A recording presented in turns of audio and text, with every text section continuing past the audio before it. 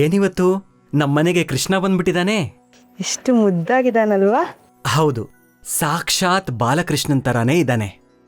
ಬಾರೋ, ನಾನು ಮುದ್ದು ಮಾಡ್ತೀನಿ. ಹೇ ಯಾಕೋ ಕೃಷ್ಣ, ನನ್ನ ಹತ್ರ ಮುದ್ದು ಮಾಡಿಸ್ಕೊಳಲ್ವಾ? ನಿಮ್ ಕಂಡ್ರೆ ಅವನಿಗೆ ಭಯ ಅಂತೆ. ಯಾಕೋ ಕೃಷ್ಣ, ನಾನೇ ನಿನ್ನ ಕಣ್ಗೆ ಕಂಸನ್ ಥರ ಕಾಣ್ತಿದ್ದೀನಾ? ಇಲ್ಲ, ನೀವೆಷ್ಟೇ ಆದರೂ ಗುರುಗಳಲ್ವೇ. ಗುರುಗಳು ಎಷ್ಟೇ ಪ್ರೀತಿ ಮಾಡಿದ್ರೂ ಮಕ್ಕಳಿಗೆ ಭಯ ಇದ್ದೇ ಇರುತ್ತೆ. ಇವನಿಗೂ ಅದೇ ಭಯ ಅಲ್ವೇನೋ?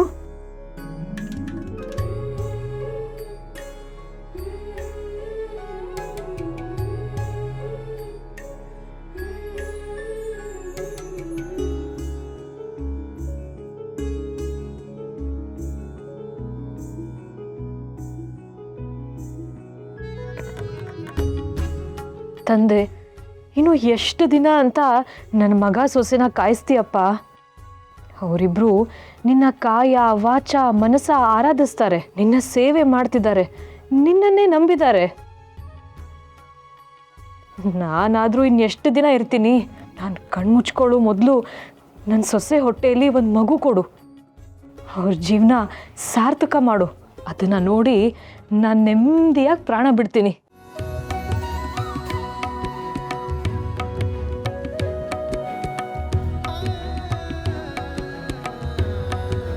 ಶ್ರೀಹರಿ, ನನ್ನ ಮೊರೆ ನಿನಗಿಷ್ಟು ಬೇಗ ತಲುಪ್ತಾ?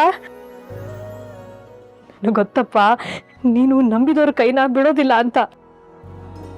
ನನ್ನ ಆಸೆನ ನೆರವೇರಿಸ್ಬಿಟ್ಟೆ. ಸರಸ್ವತಿ, ಬಲಗಡೆ ಪ್ರಸಾದ ಆಯ್ತು, ಹೂ ಮುಡ್ಕೊಮ್ಮ.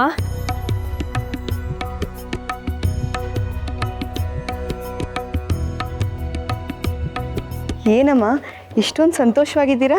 ಕೇಳಿದ ತಕ್ಷಣ ಭಗವಂತ ಪ್ರಸಾದ ಕೊಟ್ರೆ ಅದಕ್ಕಿಂತ ಸಂತೋಷ ಇನ್ನೇನಿದೆ ಹೇಳು? ಅದೇನ್ ಸಂತೋಷ ಅಂತ ನಮಗೂ ಹೇಳಮ್ಮ, ನಾವು ಸಂತೋಷ ಪಡ್ತೀವಿ. ನಿಮಗಲ್ದೆ ಇನ್ನು ಯಾರಿಗಪ್ಪ ಹೇಳಿ? ಈ ಮುದ್ದು ಕೃಷ್ಣನನ್ನು ನೋಡಿದಾಗ ನನ್ನ ಸೊಸೆಗೆ ಇಂಥ ಕೃಷ್ಣನನ್ನು ಯಾವಾಗ ಕೊಡ್ತೀಯಾ ಅಂತ ಕೇಳಿದೆ. ತಕ್ಷಣ ಬಲಗಡೆಯಿಂದ ಪ್ರಸಾದ ಕೊಟ್ಟ ಶ್ರೀನಿವಾಸ. ಅಂದರೆ ನಮ್ಮ ಮನೆಗೆ ಆದಷ್ಟು ಬೇಗ ಮುದ್ದು ಕೃಷ್ಣ ಬರ್ತಾನೆ ಅಂತ ಆಯಿತು.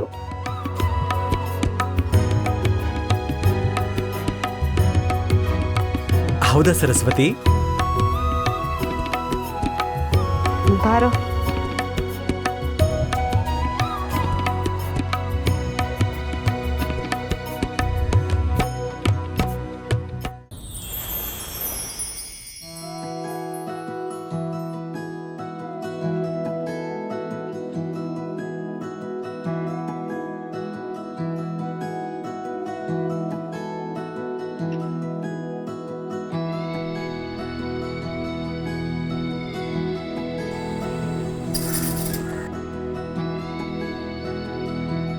ಯಾರದು ಬಳೆ ಶಬ್ದ ಮಾಡೋದು?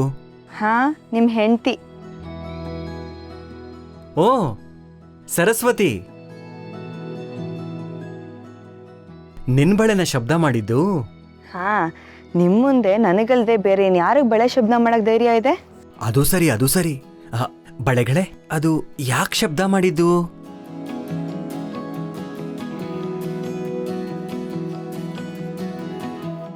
ಬಳೆಗಳನ್ನ ಕೇಳಿದ್ರೆ ಕಾಲ್ ಬೆರಳು ಉತ್ತರ ಕೊಡ್ತಾ ಇದೆ. ಹೆಬ್ಬೆರಳೆ, ಭೂಮಿ ಮೇಲೆ ಚಿತ್ರ ಬಿಡಿಸ್ತಾ ಇದೆಯಾ? ನಿಂದೇನಾದ್ರೂ ಬೇಡಿಕೆ ಇದೆಯಾ? ಬೇಡಿಕೆ ಏನೂ ಇಲ್ಲ. ಕೊಡೋದನ್ನೆಲ್ಲ ಕೊಟ್ಟ ಮೇಲೆ ನಿಮ್ಮ ಹತ್ರ ಬೇಡೋದೇನಿದೆ? ಅದು ನಿಜ. ನಾನೇ ನೀನಾಗಿರುವಾಗ ಕೇಳೋ ಪ್ರಶ್ನೆ ಆದ್ರೂ ಎಲ್ಲಿಂದ ಬರಬೇಕು?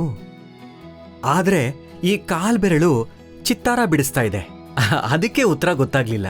ತಿಳಿಯೋದು ಕಷ್ಟನಾ ನಿಮಗೆ?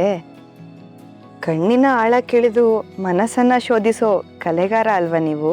ಅದು ನಿಜ, ಅದು ನಿಜ. ಆದ್ರೆ ಕಮಲ ನೇತ್ರಿಯ ದೃಷ್ಟಿ ನೆಲ ನೋಡ್ತಿದೆಯಲ್ಲ, ಆಳ ಕಿಳಿಯುವ ಬಗೆ ಆದ್ರೂ ಹೇಗೆ?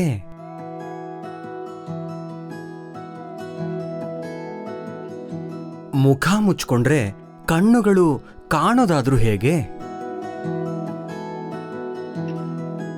ದೃಷ್ಟಿಯ ಆಳದೊಳಗೆ ಇಳಿದು ಚಿತ್ತ ಸಾಗರದಲ್ಲಿ ಮುಳುಗಿ ಭಾವ ಭಿತ್ತಿಗಳ ಚಿಪ್ಪಿನೊಳಗೆ ಅಡಗಿರುವ ಮುತ್ತನ್ನು ಎತ್ತಿ ತರುವುದಾದರೂ ಹೇಗೆ?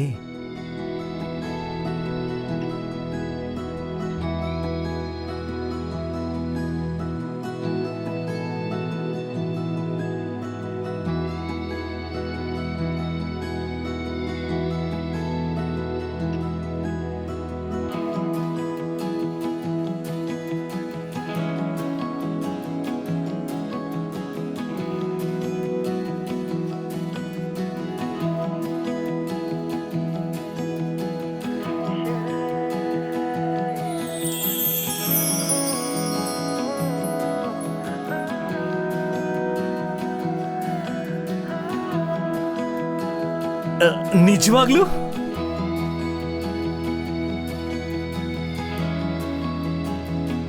ಏ ಸರಸ್ವತಿ, ಸರಸ್ವತಿ!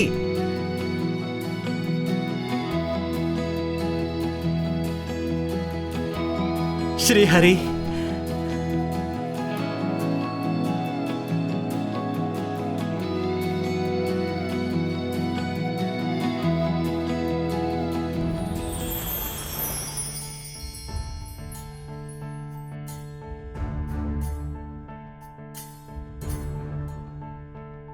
ಏನಮ್ಮ ಇವತ್ತು ನನಗಿಷ್ಟವಾಗಿರೋ ಪಾಯಸ ಮಾಡಿದ್ಯಾ?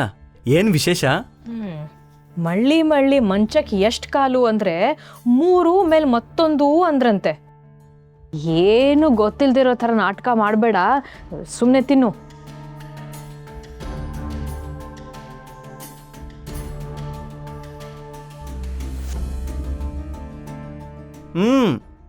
ಸಾಕಮ್ಮ. ನನ್ನನ್ನು ಬಕಾಸುರ ಅನ್ಕೊಂಡಿದ್ಯಾ? ಅಲ್ಲ, ಭೀಮ ಅಂದ್ಕೊಂಡಿದ್ದೀನಿ. ಘಟೋದ್ಗಜ ಬರ್ತಾ ಇದ್ದಾನಲ್ಲ, ಹೊತ್ಕೊಂಡು ತಿರ್ಗಾಡೋದಕ್ಕೆ ಶಕ್ತಿ ಬೇಡ್ವೇ? ಅಯ್ಯೋ, ಏನಮ್ಮ ನೀನು? ಪಾಪ ಕೋಮಲವಾದ ನಿನ್ನ ಸೊಸೆನ ಹಿಡಿಂಬೆ ಮಾಡ್ಬಿಟ್ಟಿಯಲ್ಲ. ಏಯ್, ನಾನ್ಯಾಕೋ ಅವಳ ಹಿಡಂಬಿ ಮಾಡ್ಲಿ? ಘಟೋದ್ಗಜ ಹಿಡಿಂಬೆ ಮಗ ತಾನೆ? ಅವಳು ರಾಕ್ಷಸಿ, ನನ್ನ ಸೊಸೆ ಸೀತೆ ಥರ ದೇವತೆ. ಸೀತೆನಾಮ ಬೇಡ ಬೇಡ.